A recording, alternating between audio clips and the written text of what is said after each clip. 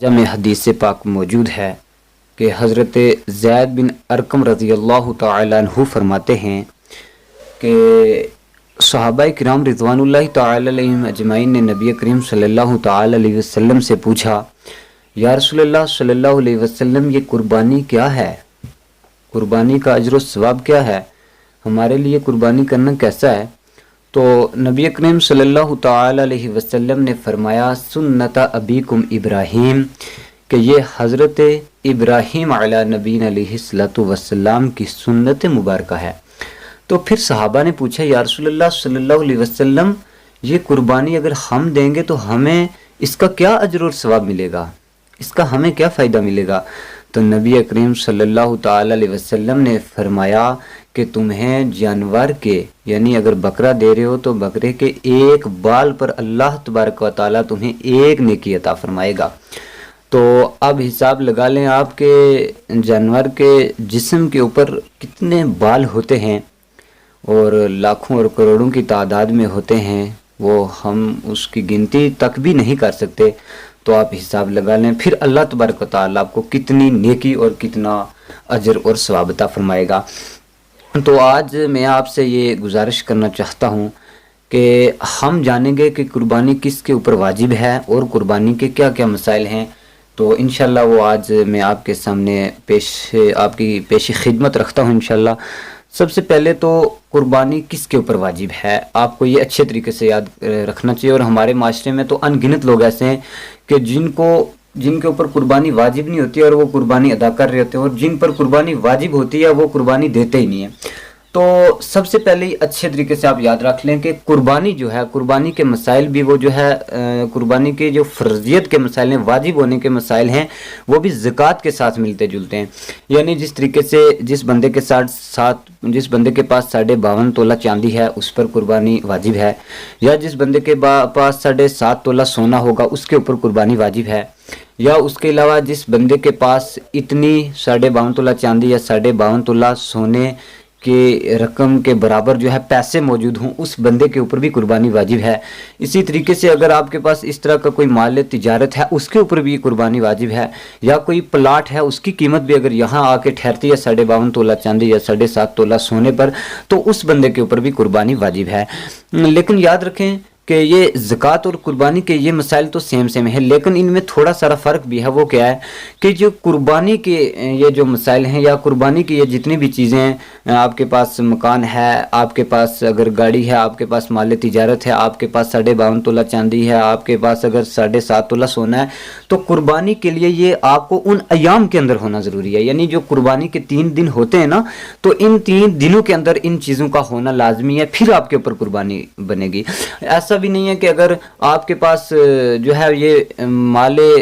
पैसा या आपके पास सोना चांदी जो कुछ भी है पूरे साल अगर आपके पास रहेगा, तो कुर्बानी के 3-4 दिन अगर आपके पास ये नहीं है तो आप पर कुर्बानी वाजिब नहीं होगी। हाँ, अगर आपके पास पहले ये नहीं था तो इन दिनों के अंदर आ गया आपके पास, तो फिर भी आपके ऊपर कुर्बानी वाजिब होगी। तो अब ज़कात के लिए ये चीज़ नहीं है। अगर ज़कात के लिए यूँ है कि अगर आपके पास ये चीज़ें हैं और वो साल आपके पास रह रही हैं, 5-6 महीने की बात नहीं है, ईद रमज़ान की बात नहीं है, बल्कि साल अगर आपके पास ठहर रही हैं, आपका घर का खर्चा वर्चा सब निकाल करके आपके पास जो कुछ बच रहा है, तो अगर उसकी कीमत आपको 52.5 तोला चांदी तक पहुंचती है, फिर आपके ऊपर ज़कात बनेगी। लेकिन कुर्बानी के लिए ऐसा नहीं है। और दूसरा मसला कुर्बानी का ये है कि ये जितनी भी कुर्बानी के ताल्लुक से चीज़ें हैं, या जिस तरह घर के अंदर आपके पास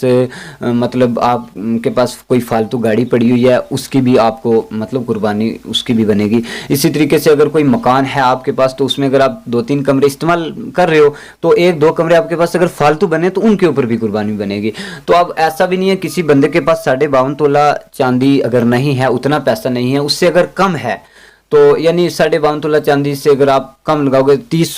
तोला चांदी लगा लो, अगर इतनी रकम आपके पास है, इससे ज़्यादा पैसा नहीं है, और उसके अलावा आपके पास कोई ऐसी घर में फालतू चीज़ पड़ी हुई है, आपके पास कोई घड़ी पड़ी हुई है महंगी, आपके पास कोई और चीज़ पड़ी हुई है घर के अंदर, या कोई छोटी मोटी गाड़ी है आपके पास, اس کے علاوہ اور دیگر گھر کی چیزیں ہوتی ہیں، تو یہ اگر فالتو ہیں آپ کے پاس پڑی ہیں تو پھر بھی ان کو بھی ملا کے، اگر آپ نے یہ سب چیزیں ملا کے آپ کی جب قیمت 52.5 تولہ چاندی تک پہنچے گی تو پھر آپ کے اوپر قربانی واجب ہو جائے گی۔ اچھے طریقے سے یاد رکھ لیں کہ قربانی، بعض لوگ یوں بھی کرتے ہیں گھروں کے اندر کہ قربانی اگر مثال 5-6 آدمی گھر کے اندر کاروبار والے ہیں، ان سب کے اوپر قربانی واجب ہوتی ہے، تو وہ کہتے ہیں نہیں جی چلو ایک آدھ ہم سارے جو ہے رل کے مطلب گھر میں قربانی دیتے ہیں۔ بھائی جس کے اوپر قربانی واجب ہے وہ اس کو ادا کرنی ہے۔ ایسا بھی ہوتا ہے بعض اوقات کے باپ کہتا ہے جی میرا چلو بیٹا قربانی اس بار دے رہا ہے تو میں رہنے دیتا ہوں، اگر باپ کے اوپر بھی فرض ہے تو اس کو بھی قربانی دینی ہے، بیٹے کے اوپر بھی اگر واجب ہے اس کو بھی دینی ہے۔ اسی طریقے کے ساتھ اگر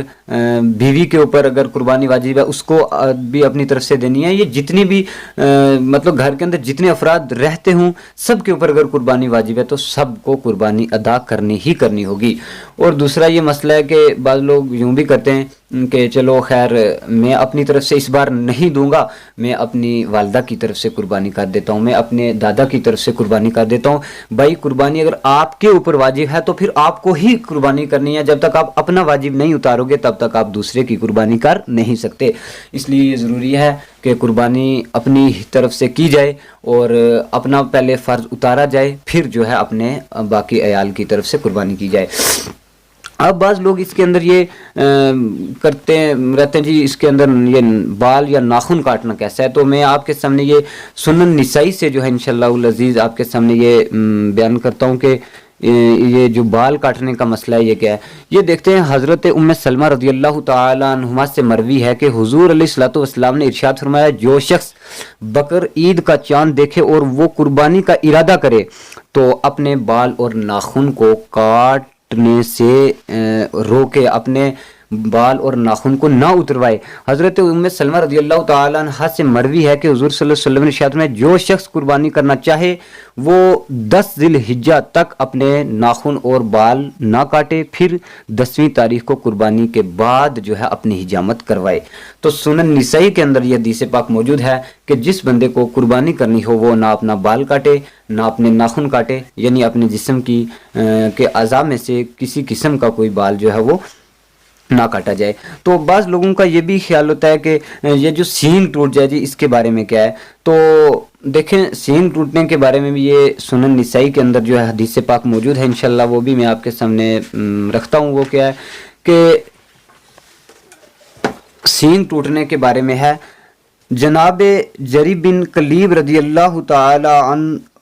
راوی ہیں، میں نے سیدنا حضرت علی رضی اللہ تعالی عنہ سے سنا کہ حضور صلی اللہ علیہ وسلم نے اس جانور کی قربانی سے منع فرمایا کہ جس کا سینگ ٹوٹا ہوا ہو، یعنی آپ صلی اللہ علیہ وسلم نے ایسے جانور کی قربانی کرنے سے منع فرمایا کہ جس کا سینگ ٹوٹا ہوا ہو۔ پھر میں نے اس کا تذکرہ جناب حضرت سعید بن المسیب رضی اللہ تعالی عنہ سے کیا تو انہوں نے فرمایا ہاں جب سینگ آدھا یا آدھے سے زیادہ ٹوٹ گیا ہو تو اس کی قربانی کرنا درست نہیں، اور اگر اس سے کم ٹوٹا ہے تو پھر اس کی قربانی کرنا آپ کے لیے درست ہے۔ تو سنن نسائی کے اندر یہ حدیث پاک موجود ہے کہ سینگ ٹوٹنے کا مسئلہ یہ ہے کہ اگر آدھے سے زیادہ سینگ ٹوٹ گیا ہے تو پھر تو اس کی قربانی نہیں ہوگی، اگر آدھے سے کم سینگ ٹوٹا ہوا ہے جانور کا تو پھر اس کی قربانی جو ہے وہ ہو جائے گی انشاءاللہ العزیز۔ تو اور اس کے علاوہ جو ہے قربانی مت کا جانور جو ہے وہ کتنی عمر کا ہونا چاہیے، آپ صلی اللہ تعالی وسلم نے صحیح مسلم کے اندر یہ حدیث پاک موجود ہے کہ نبی اکرم صلی اللہ تعالی علیہ وسلم نے ارشاد فرمایا کہ قربانی کا جو جانور ہے اس کی کم سے کم عمر جو ہے وہ 1 سال تک ہونی چاہیے، یعنی 1 سال سے زیادہ، یعنی دوسرا سال کی شروعات میں ہونی چاہیے، اس جانور کو قربانی میں آپ جو ہے استعمال کر سکتے ہیں۔ یہ صحیح مسلم کے اندر جانور کے بارے میں موجود ہے، اللہ کے پیارے نبی علیہ السلام نے ارشاد فرمایا کہ کم سے کم 1 سال تک اس کی عمر ہونی چاہیے۔